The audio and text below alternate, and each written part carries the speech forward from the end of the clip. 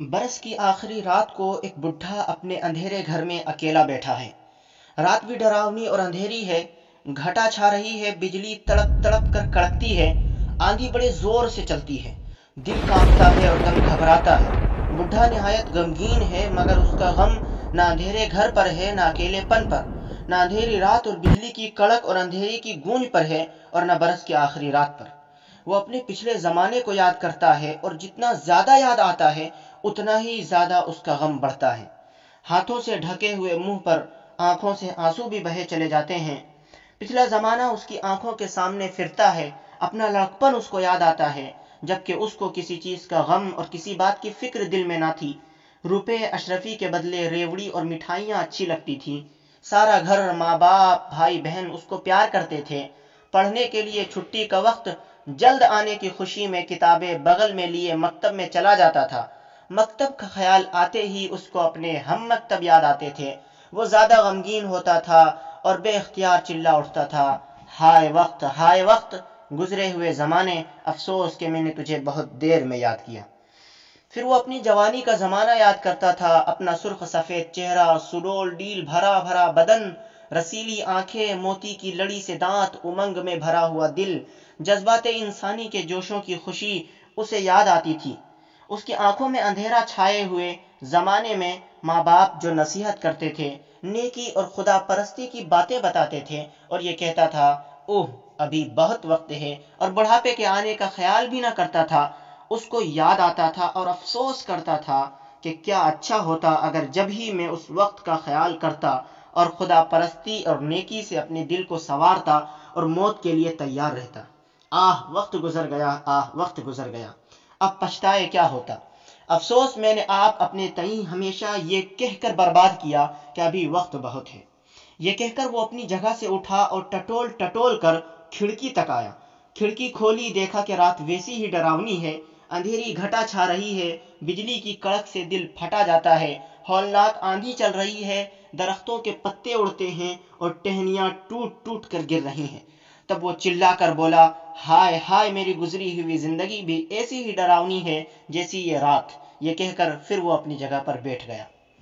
इतने में उसको अपने माँ बाप, भाई बहन, दोस्त आशना याद आए, जिसकी हड्डियां कब्रों में गल कर खाक हो चुकी थी। माँ गोया मोहब्बत से उसको छाती से लगाए, आंखों में आंसू भरे खड़ी है, ये कहती हुई कि हाय बेटा वक्त गुजर गया। बाप का नूरानी चेहरा उसके सामने है, और उसमें से ये आवाज आती है कि क्यों बेटा, हम तुम्हारे ही भले के लिए ना कहते थे। भाई बहन दांतों में उंगली दिए हुए खामोश हैं, और उनकी आंखों से आंसुओं की लड़ी जारी है। दोस्त आशना सब गमगीन खड़े हैं और कहते हैं कि अब हम क्या कर सकते हैं। ऐसी हालत में उसको अपनी वो बातें याद आती थीं जो उसने निहायत बेपरवाही और बेमुरवती और कज खल्की से अपने माँ बाप, भाई बहन, दोस्त आशना के साथ बरती थीं। माँ को रंजीदा रखना, बाप को नाराज करना, भाई बहन से बेमुरवत रहना, दोस्त आशना के साथ हमदर्दी ना करना याद आता था। और उस पर उन गली हड्डियों में से ऐसी मोहब्बत का देखना उसके दिल को पाश पाश करता था। उसका दम छाती में घुट जाता था, और ये कहकर चिल्ला उठता था कि हाय वक्त निकल गया, हाय वक्त निकल गया, अब क्यों कर इसका बदला हो। वो घबरा कर फिर खिड़की की तरफ दौड़ा और टकराता लड़खड़ाता खिड़की तक पहुंचा। उसको खोला और देखा कि हवा कुछ ठहरी है और बिजली की कड़क कुछ थमी है, पर रात वैसी ही अंधेरी है। उसकी घबराहट कुछ कम हुई और फिर वो अपनी जगह आ बैठा। इतने में उसको अपना अधेड़पन याद आया, जिसमें कि ना वो जवानी रही थी और ना वो जवानी का जोबन, ना वो दिल रहा था, ना दिल के वलवलों का जोश। उसने अपनी इस नेकी के ज़माने को याद किया जिसमें वो बनिस्बत बदी के नेकी की तरफ ज़्यादा माइल था। वो अपना रोज़ा रखना, वो अपनी नमाज़ें पढ़नी, हज करना, ज़कात देनी, भूखों को खिलाना, मस्जिदें और कुएं बनवाना याद कर कर अपने दिल को तसल्ली देता था। फ़कीरों और दुर्वेशों को जिनकी खिदमत की थी, अपने पीरों की जिनसे बैत की थी, और अपनी मदद को पुकारता था। मगर दिल की बेकरारी नहीं जाती थी। वो देखता था कि उसके ज़ाती आमाल का उसी तक खात्मा है।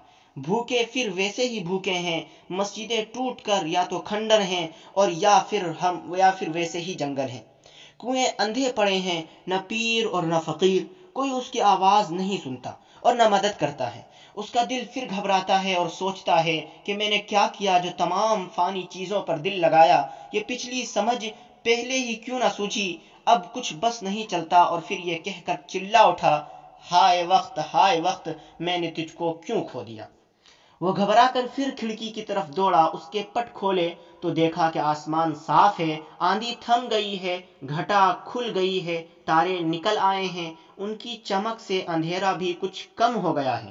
وہ دل بہلانے کے لیے تاروں بھری رات کو دیکھ رہا تھا کہ یکایک اس کو آسمان کے بیچ سے ایک روشنی دکھائی دی اور اس میں ایک خوبصورت دلہن نظر آئی۔ اس نے ٹکٹکی باندھ کر اسے دیکھنا شروع کیا، جو وہ اسے دیکھتا تھا وہ قریب ہوتی جاتی تھی، یہاں تک کہ وہ اس کے بہت پاس آ گئی۔ وہ اس کے حسن اور جمال کو دیکھ کر حیران ہو گیا اور نہایت پاک دل اور محبت کے لہجے سے پوچھا کہ تم کون ہو؟ وہ بولی کہ میں ہمیشہ زندہ رہنے والی نیکی ہوں۔ اس نے پوچھا کہ تمہاری تسخیر کا بھی کوئی عمل ہے؟ وہ بولی ہاں ہے، نہایت آسان پر بہت مشکل۔ جو کوئی خدا کے فرض اس بدوی کی طرح جس نے کہا کہ واللہ لا ازید ولا انقص ادا کر انسان کی بھلائی اور اس کی بہتری میں سعی کرے، اس کی میں مسخر ہوتی ہوں۔ دنیا میں کوئی چیز ہمیشہ رہنے والی نہیں ہے، انسان ہی ایسی چیز ہے جو اخیر تک رہے گا، پس جو بھلائی کے انسان کی بہتری کے لیے کی جاتی ہے وہی نسل در نسل اخیر تک چلی آتی ہے۔ نماز، روزہ، حج، زکوٰۃ اسی تک ختم ہو جاتا ہے، اس کی موت ان سب چیزوں کو ختم کر دیتی ہے۔ مادی چیزیں بھی چند روز میں فنا ہو جاتی ہیں، مگر انسان کی بھلائی اخیر تک جاری رہتی ہے۔ میں تمام انسانوں کی روح ہوں جو مجھ کو تسخیر کرنا چاہے، انسان کی بھلائی میں کوشش کرے، کم سے کم اپنی قوم کی بھلائی میں تو دل و جان اور مال سے سعی ہو۔ یہ کہہ کر وہ دلہن غائب ہو گئی اور بڈھا اپنی جگہ واپس آ بیٹھا۔ اب پھر سے اس نے اپنا پچھلا زمانہ یاد کیا اور دیکھا کہ اس نے اپنی 55 برس کی عمر میں کوئی کام بھی انسان کی بھلائی اور کم سے کم اپنی قوم کی بھلائی کا نہیں کیا تھا۔ اس کے تمام کام ذاتی غرض پر مبنی تھے، نیک کام جو کیے تھے ثواب کے لالچ اور گویا خدا کو رشوت دینے کے نظر سے کیے تھے، خاص قومی بھلائی کی خالص نیت سے کچھ بھی نہیں کیا تھا۔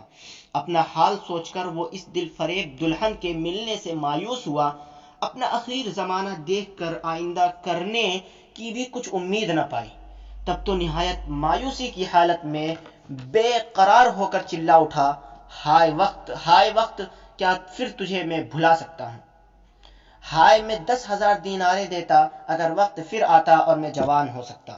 یہ کہہ کر اس نے آہ سرد بھری اور بے ہوش ہو گیا۔ تھوڑی دیر نہ گزری تھی کہ اس کے کانوں میں میٹھی میٹھی باتوں کی آوازیں آنے لگی۔ اس کی پیاری ماں اس کے پاس آ کھڑی ہوئی، اس کو گلے لگا کر اس کی ببی لی۔ اس کا باپ اس کو دکھائی دیا، چھوٹے چھوٹے بھائی بہن اس کے ارد گرد آ کھڑے ہوئے۔ ماں نے کہا کہ بیٹا کیوں برس کے برس دن روتا ہے، کیوں تو بے قرار ہے، کس لیے تیری ہچکی بندھ گئی ہے؟ اٹھ، منہ ہاتھ دھو کر کپڑے پہن، نوروز کی خوشی منا، تیرے بھائی بہن تیرے منتظر کھڑے ہیں۔ تب وہ لڑکا جاگا اور سمجھا کہ میں نے خواب دیکھا اور خواب میں بڈھا ہو گیا تھا۔ اس نے اپنا سارا خواب اپنی ماں سے کہا۔ اس نے سن کر اس کا جواب دیا کہ بیٹا بس تو ایسا مت کر جیسا کہ اس پشیمان بڈھے نے کیا، بلکہ ایسا کر جیسا تیری دلہن نے تجھ سے کہا۔ یہ سن کر وہ لڑکا پلنگ پر سے کود پڑا اور نہایت خوشی سے پکارا کہ او یہی میری زندگی کا پہلا دن ہے، میں کبھی بڈھے کی طرح نہ پچھتاؤں گا اور ضرور اس دلہن کو بیاہوں گا جس نے ایسا خوبصورت اپنا چہرہ مجھ کو دکھلایا اور ہمیشہ زندہ رہنے والی نیکی اپنا نام بتلایا۔ او خدا تو میری مدد کر، آمین۔ بس اے پیارے نوجوان بچوں، ہم وطنوں اور میری قوم کے بچوں بچیوں، اپنی قوم کی بھلائی پر کوشش کرو تاکہ اخیر وقت میں اس بڈھے کی طرح نہ پچھتاؤ۔ ہمارا زمانہ تو اخیر ہے، اب خدا سے یہ دعا ہے کہ کوئی نوجوان اٹھے اور اپنی قوم کی بھلائی میں کوشش کرے، آمین۔